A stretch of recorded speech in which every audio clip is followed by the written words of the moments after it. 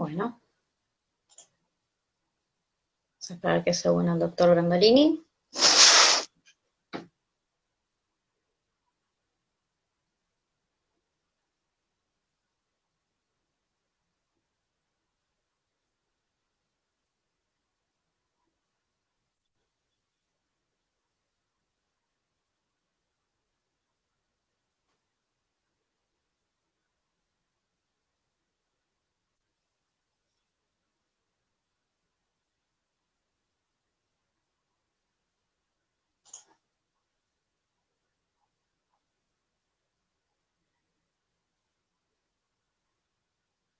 Bueno, doctor Brandolini, ya le mandamos la solicitud para charlar un poco sobre la nueva clasificación del cannabis y las recomendaciones de la OMS, cuál fue la decisión de la Comisión de Estupefacientes, de la Oficina de Naciones Unidas contra las Drogas y el Delito, y bueno, qué perspectivas y qué implicancias va a tener esto para todo lo que es el uso del cannabis medicinal.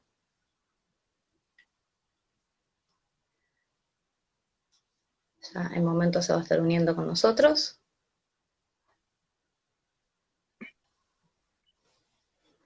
Hola, ¿cómo estás, Andrés? Buen día. Hola, buen día Cristina, buen día a todos. ¿Qué tal? ¿Cómo estás? Bueno, el doctor Andrés Brandolini es farmacéutico y es también abogado, así que nos va a dar una buena perspectiva de estos cambios que nos atañen. La verdad que ha sido un año muy intenso, desde todos los cambios que tuvieron que ver para los que trabajamos con cannabis medicinal y para los que son usuarios y son pacientes que utilizan el cannabis medicinal como un paliativo o como un coadyuvante.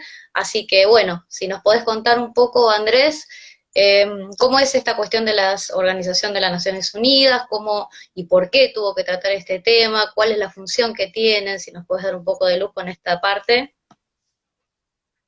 Perfecto, encantado Cristina. Primeramente, bueno, permíteme, perdón, agradecerles la invitación. Es un placer compartir estos encuentros con todos ustedes y en especial a la doctora García Nicora, que es el alma mater de todas estas actividades. Como bien decías,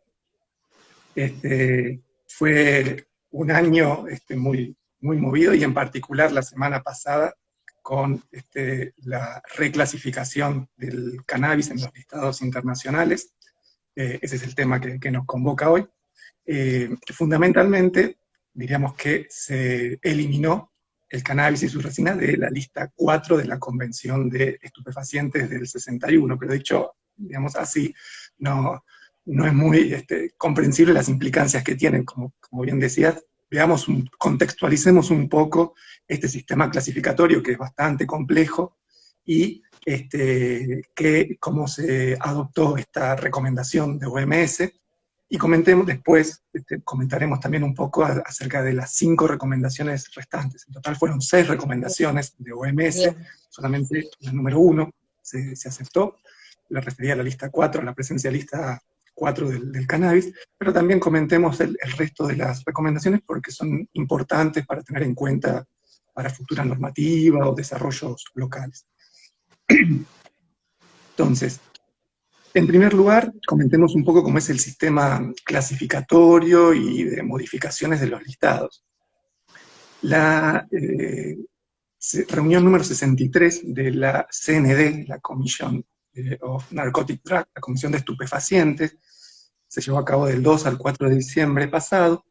Esta CND, esta comisión, pertenece a la Oficina contra las Drogas y el Delito de la ONU, de la Organización de Naciones Unidas, y tiene una función normativa respecto de las convenciones internacionales que adoptan los países firmantes de 3 convenios, entre los cuales está Argentina. Uno es la Convención Única de Estupefacientes del año 61, otro es el Convenio de Psicotrópicos del año 71, también había recomendaciones para modificar los listados de este convenio, y otro es una convención sobre narcotráfico del 88. Y la CND, esta comisión, tiene miembros 53 miembros de los países miembros de la ONU. Argentina actualmente no está dentro de estos 53. Y estos 53 países son los que votaron estas recomendaciones. Recomendaciones que hizo el Comité de Expertos en Drogadependencia de la OMS, que ya lo había trabajado el tema desde el 2018. Una serie se pospusieron las reuniones de la CND hasta que finalmente se concretó la sesión 63 la semana pasada. Entonces, ¿qué sustancias se fiscalizan?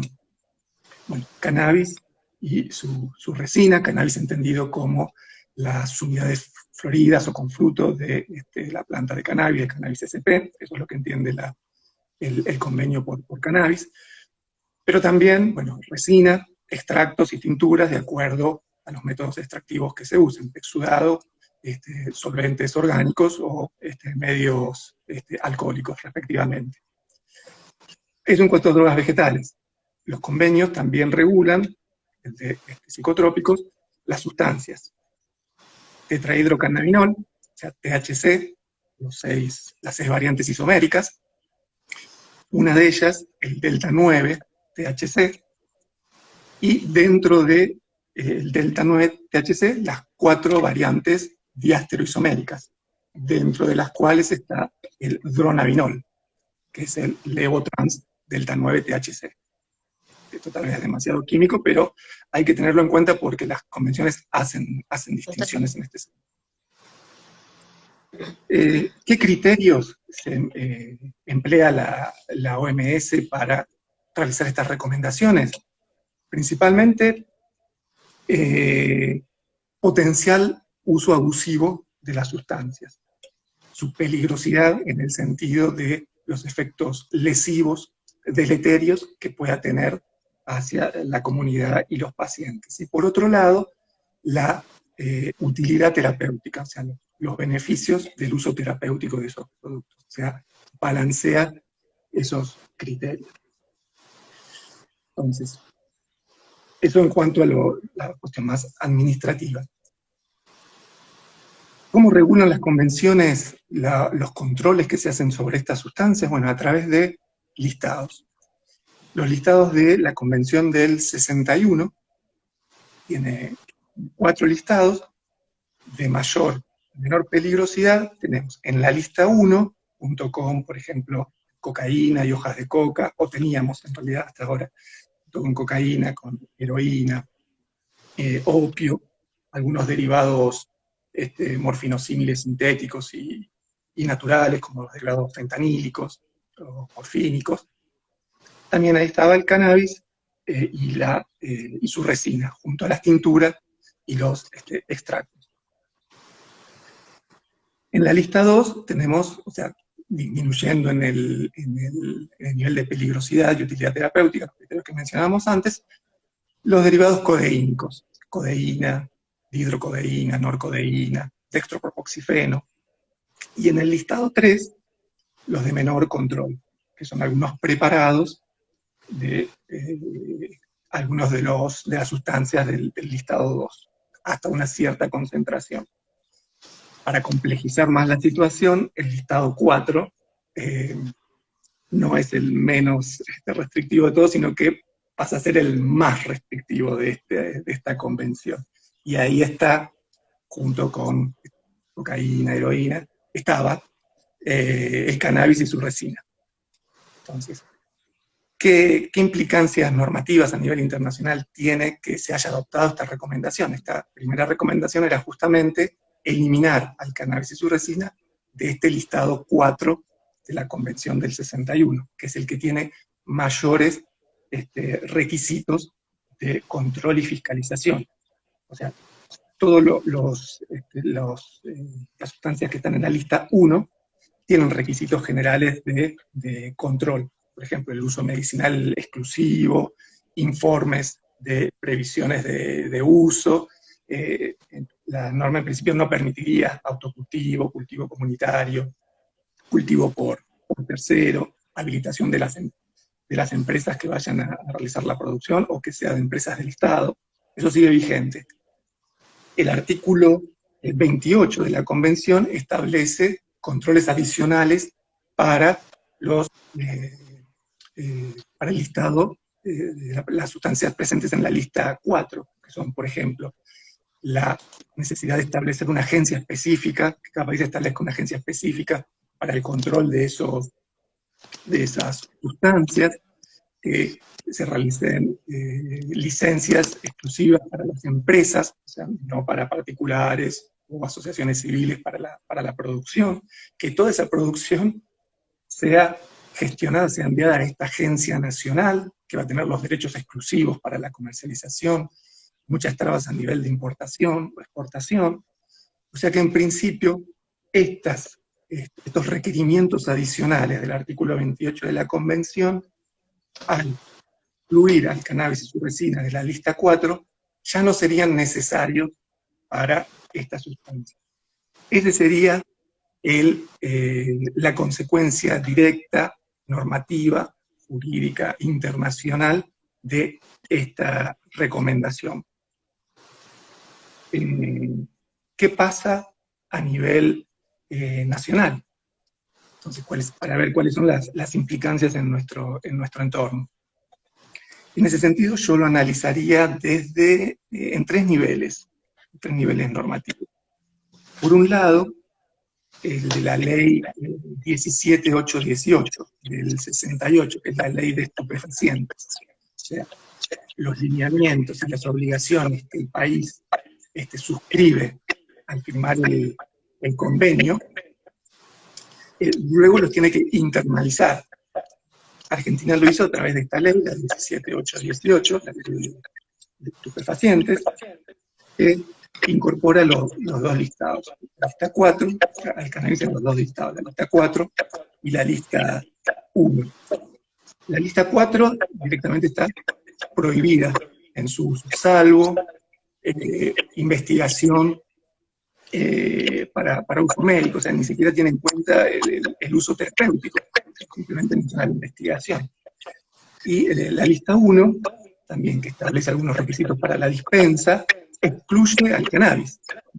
Así que, en ese sentido, habría que hacer algún ajuste normativo, porque la lista 4, la 17818, era la única posibilidad de comercializar cannabis y su resina. Así que, de ese lado. Y por otro lado... Perdón, Sí. respecto, antes que sigas un cachito, respecto a esto que estás diciendo, Bolivia en su momento, Evo Morales lo que hizo fue un retiro y posterior reingreso, ¿sí? En la JIFE, con el acatamiento de estas cosas por el tema de la coca. De hecho, ellos son el único país, y el primero que son el único país que lo hizo, y además que puede tener coca, como la hoja de coca, como parte de su economía. ¿Nosotros estaríamos en posición de tomar alguna postura semejante? ¿Qué implicancia tendría a nivel económico internacional para el país tomar la decisión de salir y volver con restricciones como hicieron en su momento Bolivia, por ejemplo? ¿O cuál te parece que sería el camino? Porque en realidad, hasta que no sorteemos la cuestión de la atadura que tenemos con la JIFE, nosotros seguimos un poco atados hasta que no tomen esa decisión, ¿no?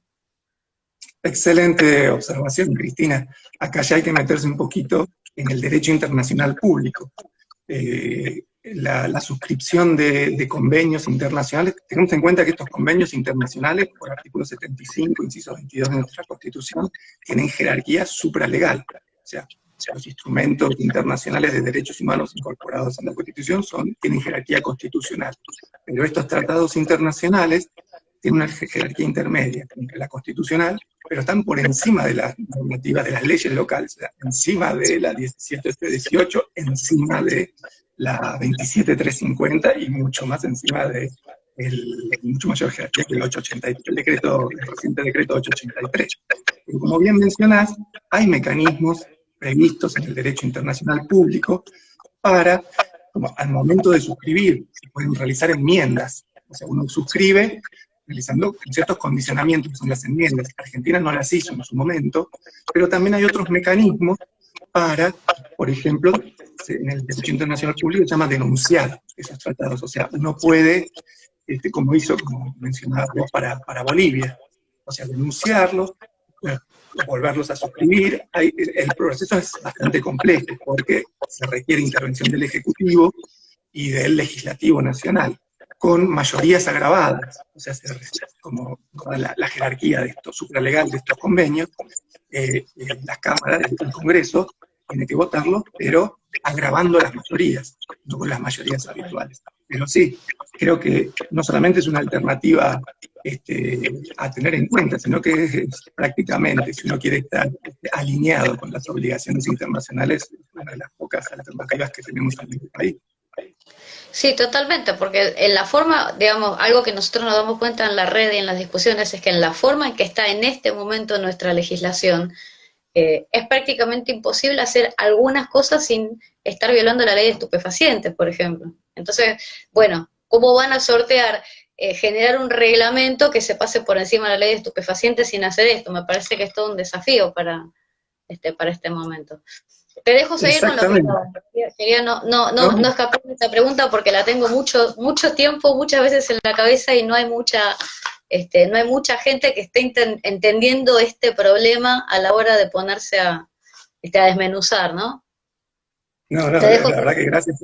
Fue muy pertinente tu aclaración porque es una cuestión que digamos, se deja de lado en las discusiones de todos niveles. O sea, los pacientes obviamente no tienen por qué estar al tanto, pero a nivel legislativo, a nivel de toma de decisiones, es una cuestión que no se contempló. Y esto me viene muy bien para continuar el análisis en el ámbito local. Pues habíamos dicho que íbamos a realizar en 3 niveles. El primer nivel era de las 17, 8, 18, que ya tiene algunos inconvenientes, como mencionábamos recién, para las limitaciones en el uso del cannabis y derivados. Pero también en este nivel habría que mencionar la ley, la 21671 del 77, que directamente prohíbe cultivo, comercialización, y que la 27350 tampoco tuvo en cuenta. O sea, uno podría pensar en una derogación tácita, porque es una ley posterior, la 27350, pero hubiese sido legislativamente más prolijo derogarla expresamente. Y creo que el último proyecto de la diputada Gailat lo hace, el proyecto de ley para modificar la 27350. Eso en el primer nivel del ámbito local. Un segundo nivel estaría dado por la 27350, la conocida ley que crea el Programa Nacional. Los objetivos del artículo 3 están en consonancia con las obligaciones internacionales. El artículo 7 prevé la utilización, pero a través de la importación, que posteriormente se reguló con la resolución 133 del 19, para establecer los lineamientos del RAEM, el régimen de acceso de excepción a medicamentos, por el cual entra el aceite, y el artículo 8 estableciendo el requisito para el registro de los pacientes, que está limitado, estaba limitado hasta la emisión del decreto 883 a la epilepsia refractaria. Claro. Por lo establecido por el decreto 738 del 2017, derogado recientemente, y la resolución 1537, establece que operativiza la ley. Así que en ese sentido no habría muchos inconvenientes en cuanto a la redacción de la 27350 en relación a las obligaciones internacionales. El tercer nivel, el cual sí, al menos a mí me genera muchas disonancias jurídicas, por todo lo que venimos diciendo hasta ahora, es el decreto 883, la re-reglamentación de la 27350. Al respecto, la MEDA ya organizó algunos encuentros en donde el doctor Brunone hizo un análisis exhaustivo de este decreto, excelente, así que les recomendamos ver ese video. Ahí tienen todos los detalles de este decreto. Y el doctor Galíndez también estuvo participando, que son dos de los colegas que más saben de la cuestión, mucho más que yo. Y este decreto introduce algunas cuestiones que, como decíamos antes, tal vez no armonizan con el marco normativo internacional y nacional vigente. Por un lado, amplía el acceso a especialidades medicinales de factura local o extranjeros, de la importación de estas especialidades medicinales, pero especialidades medicinales, preparaciones magistrales, que también no estaban previstas en la normativa previa, y autocultivo, cultivo para terceros, y cultivo por asociaciones civiles, que sí es lo más intuitivos en términos de armonía regulatoria con los convenios internacionales y la normativa previa.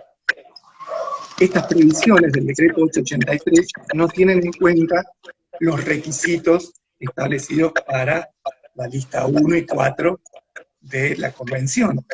Por lo tanto, desde la perspectiva de este decreto, no tendría mucha entidad jurídica o mucho impacto la aplicación de esta recomendación, o sea, la implementación de sacar al cannabis y su resina de la lista 4, porque esos requisitos que tenía no son tenidos en cuenta por el decreto 883, no sé si me explico. Sí, está claro, está claro.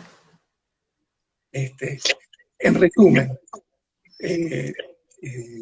en cuanto que es lo que más les interesa a los pacientes, a los investigadores, a los tomadores de decisión, en cuanto al impacto local de esta decisión. Yo no veo, teniendo en cuenta lo que mencionamos recién del decreto 883, un impacto directo en términos prácticos, fácticos, por lo que comentábamos recién. Sí, un impacto, llamémosle, mediático o político en cuanto a futuras tomas de decisiones, o legislativo, en cuanto a que haya que modificar la 27350 o su reglamentación, porque sí, y eso es indudable, que haber aceptado esta recomendación implica aceptar el criterio del Comité de Expertos de la OMS en cuanto a que el cannabis y su resina ya no tienen el nivel de peligrosidad suficiente como para que permanezcan en la lista 4. Y por otro lado, también es reconocerle una mayor utilidad terapéutica. No es que con esta recomendación se reconoce la utilidad terapéutica del cannabis, siempre estuvo reconocida. Lo que pasa es que en este balance de peligrosidad, uso abusivo y beneficio terapéutico, termina ganando, termina siendo más, teniendo mayor peso el uso terapéutico. Eso es importante. No hay cambios en cuanto a liberalización, descriminalización, legalización, o sea, el uso recreativo siempre sigue siendo prohibido. Y en cuanto a favorecer la investigación, tampoco veo demasiado impacto en términos prácticos, creo que en ese sentido habría que implementar, y es necesario implementar actividades adicionales a nivel local para realmente favorecerlo.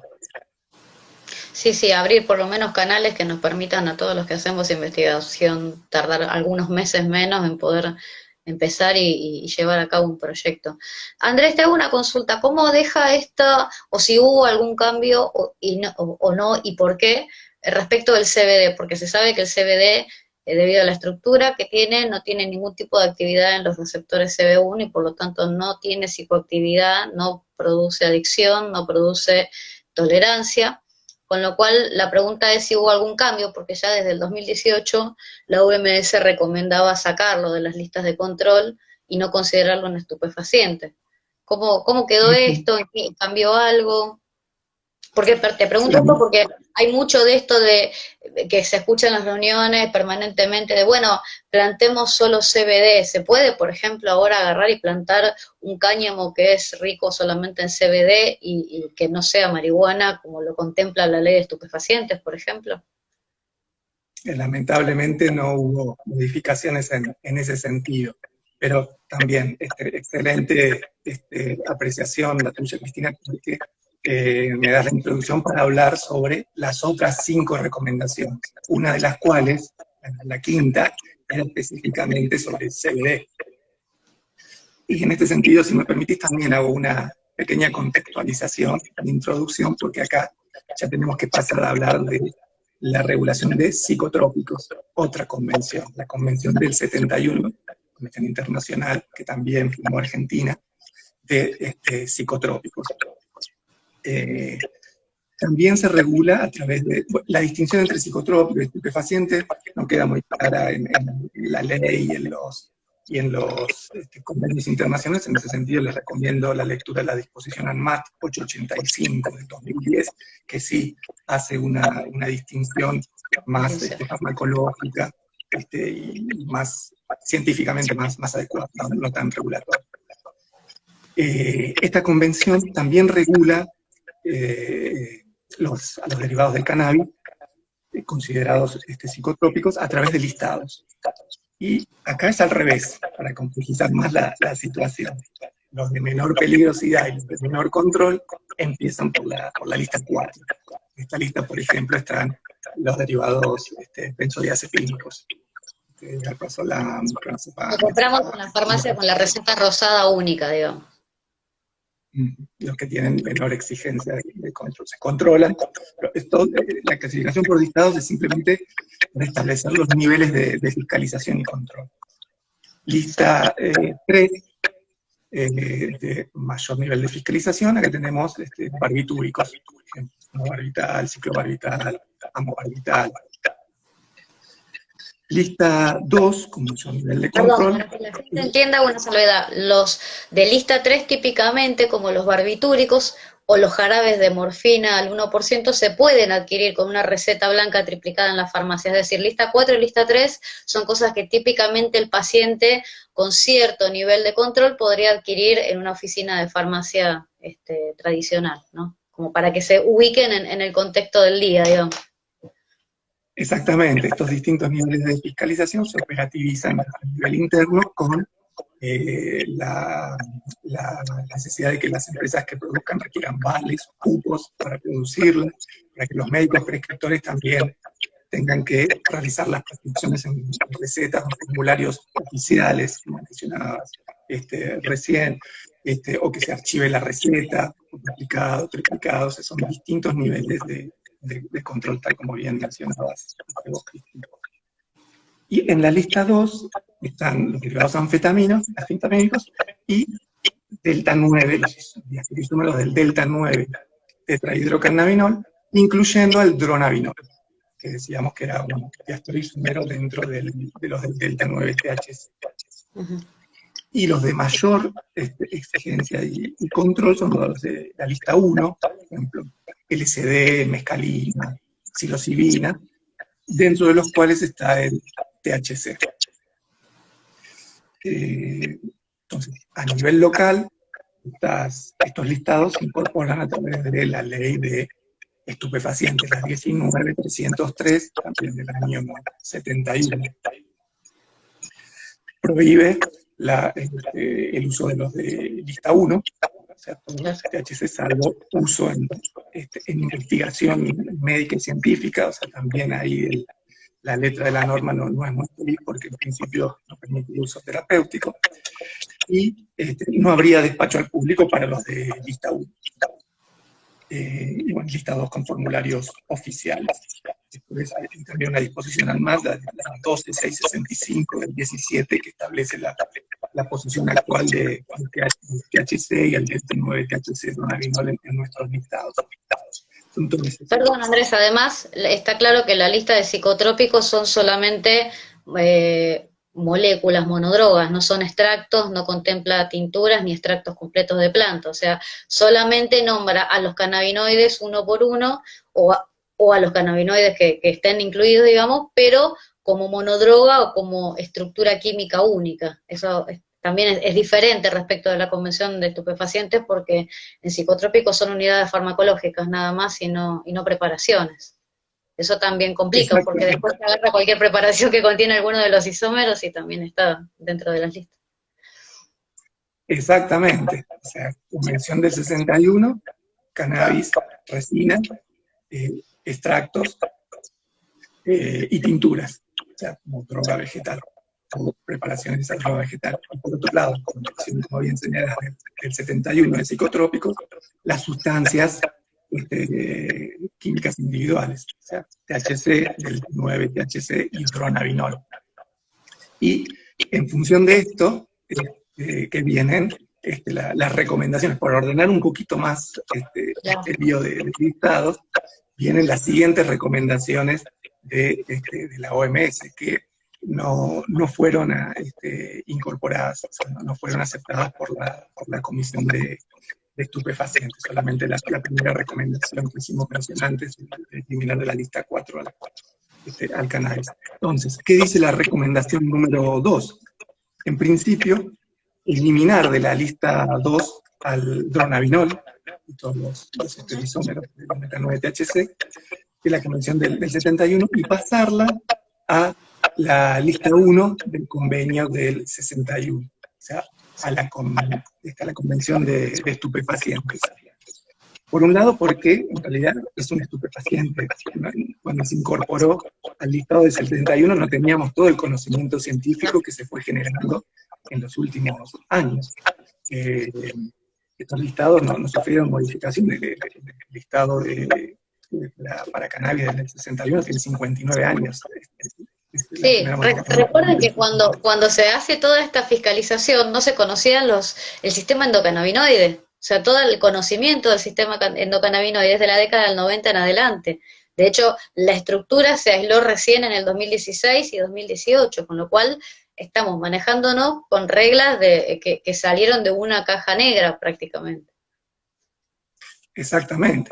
Por eso esta recomendación de OMS recomienda precisamente sacarlo de la lista 2, los novios, y pasarlo a la lista 1.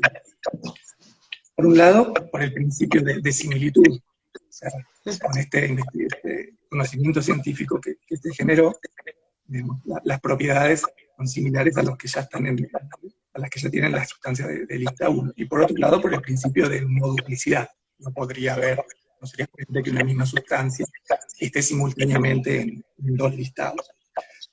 Esta recomendación lamentablemente no se implementó, no se aceptó. Hay que tener en cuenta también que las modificaciones en la Convención del 71 son por mayoría simple, perdón, las del 61 son por mayoría simple de los miembros votantes, y los de la Convención del 71 requieren una mayoría agravada. Por eso tal vez no se llegaron a implementar.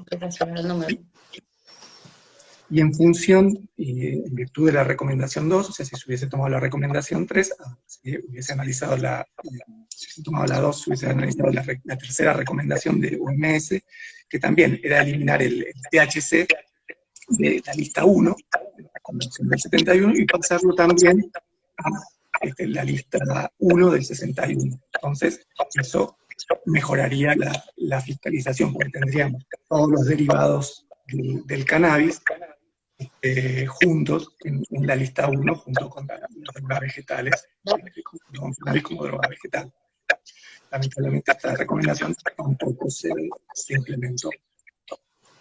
La recomendación 4, en función de lo que vos habías señalado antes respecto de tinturas y extractos, era justamente eliminar tinturas y extractos de la lista 1 de la Convención del 61.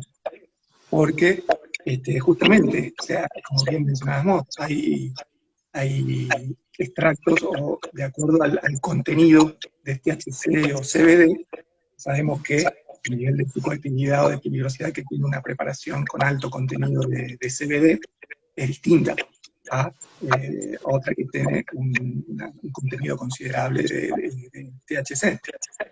Así que para facilitar el uso de estas preparaciones ricas en CBD, la recomendación era directamente eliminar tintura y extracto de la lista 1.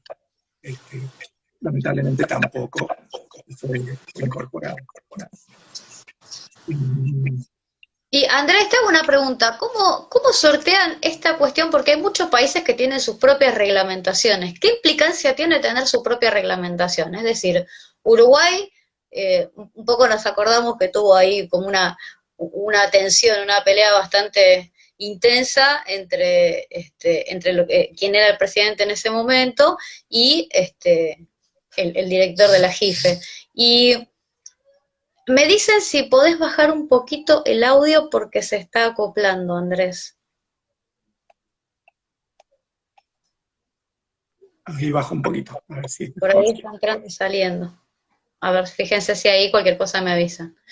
Y si no me Este, pongo auriculares para con eso. auriculares con auriculares va a estar un poco más limpio, puede ser, sí.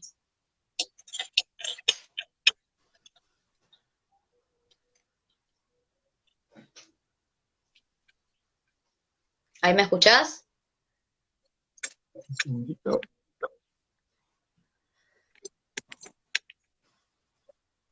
A ver, ¿Ahí me ahora. escuchás? Sí. Sí, sí, Bien. Yo te perfecto. escuchaba bien igual, pero calculo que porque estamos en el vivo. De cualquier cosa, Ana me avisa. No, lo que yo te quería preguntar era, ¿cómo hizo, cuál fue la consecuencia, por ejemplo, de países como Uruguay que decidieron desconocer directamente sin retirarse, desconocer directamente todo lo que, eh, digamos, la línea que bajaba la JIFE y generó su propia legislación y su propio aprendizaje respecto de cannabis, desde lo recreativo y desde lo medicinal? ¿Cómo hace, por ejemplo, o qué consecuencia le trae a países como Holanda? Holanda no tiene el cannabis lo tiene no penalizado, no lo tiene legalizado, que es una diferencia que Arno nos contaba un poco, alguien que es de allá y que hace toda la parte de investigación en cannabis medicinal. Ellos, por ejemplo, en los coffee shops está despenalizado el consumo de cannabis. No es legal, pero no está penalizado. ¿Cómo hicieron esos países para manejar las entregas, para manejar el consumo de ya sea recreacional o medicinal, desconociendo la línea que bajaba la JIFE? Nosotros nos hemos ajustado muchísimo y en el 2019, viste que salió también una ley de, bueno, esto de buscar núcleos análogos, como no le podíamos ganar a los sintéticos que sintetizaban drogas de diseño, se puso esto eh, de penalizar por núcleo químico, entonces por similitud, pero por algún motivo en ese contenido quedó metido otra vez resinas y tinturas y extractos de cannabis, con lo cual es como que en el 2019 hubo una reafirmación más allá de que en el 2017 habían, si tenés alguna mención respecto a esto, a mí me hizo mucho ruido. En el 2017 largan la 27350, en el 2019 vuelven a reivindicar la peligrosidad del cannabis poniéndolo en esta legislación acá en el país. ¿Cómo hicieron esos países, no? Si querés andar por parte, contame primero cómo hicieron esos países. ¿Por qué nosotros en el 2019, por qué diantre volvemos a tener de nuevo una reafirmación de la peligrosidad de los extractos de cannabis cuando en el 2017 nos dan la 27350? Bueno, esta última cuestión, la verdad que esta especie de esquizofrenia legislativa, nos caracterizamos por tener una inflación normativa, también inflación en términos jurídicos, y a veces no hay, como venimos mencionando desde el principio de la charla, no hay mucha armonización, así que No, forma parte de nuestra idiosincrasia. No podría brindarte una es una respuesta en ese bipolaridad sentido. terrible. O sea, le doy la ley de cannabis medicinal, pero no la usen. En cuanto a las consecuencias en el ámbito internacional, acá también habría que entrar un poquito en el ámbito del derecho internacional público. O sea, cada país es soberano dentro de sus fronteras, pero si suscribe un convenio a nivel internacional, es esperable que cumpla con las obligaciones que él mismo aceptó. Si incumple, bueno, se genera responsabilidad internacional. Después se pueden disparar una serie de mecanismos que son más que nada protocolares, o sea, se pueden requerir informes, aclaraciones en el contexto de la Comisión o de la ONU o de la JIFE, pero lo que ocurre en términos prácticos es que generalmente estos países son países miembros de ONU que tienen muchas otras organizaciones satélites, por ejemplo la OMC, que también, de cual nosotros también formamos parte. Entonces se pueden tomar contramedidas en otros ámbitos, sanciones económicas, restricciones aduaneras. Por ejemplo, Uruguay hubo inconvenientes, por ejemplo, para obtener financiación. Algunos bancos, nos comentaban algunos colegas farmacéuticos de Uruguay que tuvieron inconvenientes en ese sentido, no una sanción directa por incumplir la norma, sino digamos, medidas indirectas que pueden obstaculizar no solamente actividades vinculadas con cannabis, sino otras actividades sociales, económicas, políticas, sobre todo a nivel económico. Totalmente, totalmente. Acá nos están diciendo el único fin lícito que admite el sistema respecto de estupefacientes, psicotrópicos y algunos precursores es el medicinal. Sin embargo, muchos países y muchos estados de Norteamérica decidieron también legalizar. Es decir, nada, se van a abrir su propio camino, me parece.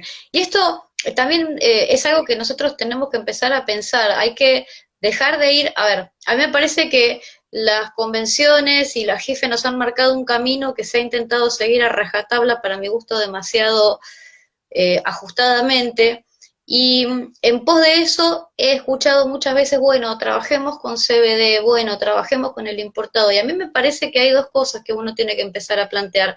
Eh, Primero, reconocer que en el país está la capacidad de hacer un desarrollo económico que me parece que es extremadamente importante, que hay un know-how desde lo científico, desde el cultivo, desde la gente que hace cultivo, que cuando se unifica con la gente que hace ciencia, me parece que salen cosas maravillosas, como es el caso que hemos estado, la mayoría de los casos de los científicos que venimos trabajando en el tema, nos hemos puesto codo a codo con equipos y con gente que viene del cultivo y hemos aprendido sinérgicamente muchísimo, ¿no? Y segundo, hay otra cosa que hay que reconocer, es que no se puede negar la necesidad del uso de la planta completa y la necesidad del uso del THC. O sea, todos los estudios y todo lo que viene en evidencia clínica sólida contiene, por ejemplo, en el uso de dolor crónico y neuropático, la necesidad de un porcentaje determinado de THC. Lo mismo que en la parte de espasmos, está contenido, está reconocido por la FDA en el Sativex, que ya está terminando su fase para salir a la venta, se utiliza en Europa hace muchísimo tiempo. Entonces, hay algo que me parece que por ahí uno tiene que empezar a jugar con esto de ver, bueno, cómo cintureamos con la JIFE, qué tratado empezamos a rever, con qué nos empezamos a desalinear con algunas cosas, porque realmente me parece que por ahí no será el camino más rápido ni más fácil, pero adoptar esto de, bueno, el CBD no tiene actividad psicotrópica y lo podemos importar, me parece que no debería ser la primera opción ni la más fácil. Sobre todo considerando que tenés un INTA, un grupo de cultivadores con un know-how impresionante, científicos que ya hace años que vienen o venimos trabajando en el tema, médicos que están alineados con esto y que ya tienen una experiencia como para empezar a escribir cosas, y farmacéuticos formuladores que me consta porque estoy en redes de formuladores, hacen cosas impresionantes desde lo científico, desde la modificación físico-química, son verdaderos artesanos científicos que son capaces perfectamente de generar un aceite en la farmacia. Entonces, me parece que la discusión hoy se va a tener que empezar a centralizar en, bueno, ¿qué le hacemos llegar a la gente profesional? ¿Qué le hacemos? O sea, ¿no es cierto? Me parece que por ahí no hay que ir por el lado fácil de seguir ajustándose a las convenciones de la JIFE y a la línea que nos siguen bajando, porque eso nos ha detenido un montón. No sé, ¿qué opinas Sí, sí. respecto de esto por ahí, de la parte, sobre todo de la parte de empezar a salir en las farmacias, a salir a hacer otro tipo de niveles, ¿no? Sí, como decíamos antes, completamente de acuerdo en cuanto a la capacidad instalada que hay a la necesidad de impulsar todas estas vías. Sí, en cuanto a los compromisos internacionales, hay distintas opciones. Incumplir también es una opción. Hay que analizarlas. Respecto a lo que decía uno de los participantes al principio en cuanto a que algunos estados de los Estados Unidos las incumplen, bueno, es diferente ir a sentarse a negociar en la ONU en representación de Estados Unidos y vayamos nosotros y digamos, buenas, Tienen otra espalda. ¿cómo anda? En ese sentido. ¿Qué cosa? Pero sí, son decisiones también con el fundamento científico que se está recolectando, que es muchísimo, y la capacidad instalada a nivel de investigación, de aplicación, de los médicos prescriptores, de los colegas farmacéuticos, evaluar todo eso y políticamente adoptar una decisión. tal cual como, Sí. como vos señalás. Y respecto del CBD, también tu intervención me brinda un buen pie para pasar a la recomendación 5, que era justamente, porque yo creo que se sigue acoplando. Mi dispositivo no Me puede ser dicen porque ya que se escucha tengo... mucho mejor. No, no, me dicen que se ¿Ah, escucha bien. sí? Ah, bueno, perfecto. Respecto del CBD, justamente la recomendación quinta, como actualmente no está explícitamente mencionado en los listados el CBD, o sea, estaría contenido en los derivados del cannabis y su resina, la OMS sugería incorporar una nota al pie de la lista 1 de la Convención del 61, explicitando que no sería necesario realizar fiscalización o actividades de control sobre preparados de CBD que contengan un límite determinado, en este caso hablaba de un 0,2% de delta 9 THC y sus isómeros. Y esto también facilitaría la utilización de todos estos preparados ricos en CBD, por ejemplo, y ya tenemos especialidades medicinales en ese sentido, a nivel internacional el Epidiolex, y a nivel local también el Combupidiol, recientemente aprobado por ANMAT, una solución oral rica en CBD, 50 mililitros de CBD. Y bueno, la fundamentación que realiza la OMS de esta recomendación es el nulo o escaso potencial abusivo que tienen las sustancias del CBD, como está generalmente reconocido en el ámbito científico, y hace algunas recomendaciones o alguna aclaración en cuanto a las dificultades metodológicas o analíticas que podrían tener los países en cuanto a tener que determinar este límite de 0,2% de delta 9 THC, de la posibilidad de buscar trazas de THC en estos preparados. Bien. Y acá algo que me están preguntando es ¿qué opinás sobre el megacultivo que se ha asentado en Jujuy por parte de una empresa privada financiada por el Estado Nacional? No está toda financiada por el Estado Nacional, es una empresa de dos partes. Mientras que los pacientes medicinales deben ser autorizados por vía legal. Bueno, en primer lugar, digamos que coincidimos en este sentido, creo que todos, independientemente del área en que opinemos, que la prioridad la van a tener siempre los pacientes. O sea, todo lo que hacemos a nivel científico, médico, legal, es para el beneficio de los pacientes. Y, como dice la doctora García Nicora, para proveerle medicamentos en base a cannabis que sean seguros, efectivos, eficaces y de calidad. En ese sentido estamos todos de acuerdo. En cuanto a la iniciativa jujeña, la iniciativa sí se ajusta a los requerimientos internacionales y a los requerimientos nacionales también en este primer nivel que mencionábamos antes, porque es una empresa del Estado, ya no es el Estado, la figura jurídica que se adoptó para justamente armonizar con los requerimientos internacionales es el de una sociedad del Estado. Y bueno, en otra oportunidad tenemos la ocasión de demostrarle toda la normativa y cómo se fue generando ese proyecto. Hay no sé, decenas de normas. Sí, menos, ¿no? Que están haciendo todo lo que es trámites legales y demás. No es que, digamos, no es que se les permitió de un día para el otro ni nada. Tampoco es Exactamente, tuvo que intervenir. tampoco que estemos contentos de la forma en la que pasó ni nada, porque en realidad un poco hubo una interna con nosotros, con los investigadores, porque mientras ellos los papeles les avanzaban a lo mejor un poco más rápido, a nosotros se nos dificultaba un montón acceder a estándares para análisis. Entonces, digamos, está claro que alguna cuestión puede no gustarnos y demás, pero bueno, ellos están cumpliendo en este momento con los requerimientos y con los requerimientos de análisis y GMP y de todo un montón de cosas que terminan generando un producto de calidad y seguro, independientemente de que todavía no sea ni accesible, ni comprobado en eficacia, ni sepamos qué es lo que van a terminar mandando a la calle, ¿no? No sé si vos tenés por ahí más datos.